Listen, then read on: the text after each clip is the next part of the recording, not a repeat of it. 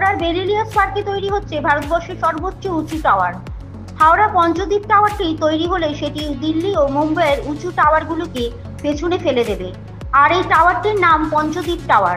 বর্তমানে কলকাতার মনুমেন্টের উচ্চতা 72 মিটার আর হাওড়ার পঞ্চদ্বীপ টাওয়ারটির উচ্চতা 120 মিটার।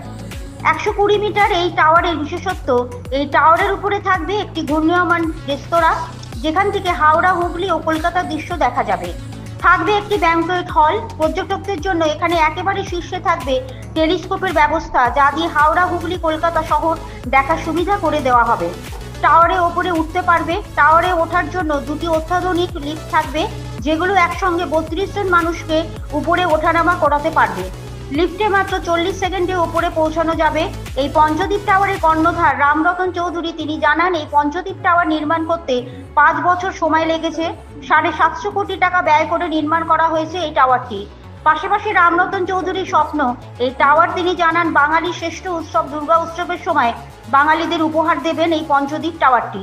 আর পুজোর কটা দিন এই টাওয়ারে দেদার খুশি এবং একসঙ্গে হাওড়া, হুগলি, কলকাতা 3টি শহরকে স্বচক্ষে দেখবেন ভ্রমণ পিপাসু মানুষরা এবং এক অদ্ভুত স্মৃতি নিয়ে ফিরবেন বাড়িতে। পাশাপাশি ব্যাংকোয়েট হলে জন্মদিন ও বিভিন্ন অনুষ্ঠানের সাক্ষী হতে ভিড় হবে বহু মানুষের। অতএব হাতে গোনার কয়েকটা দিন, তারপরে ভারতবর্ষের সবচেয়ে উঁচু টাওয়ার চালু হবে হাওড়াতে।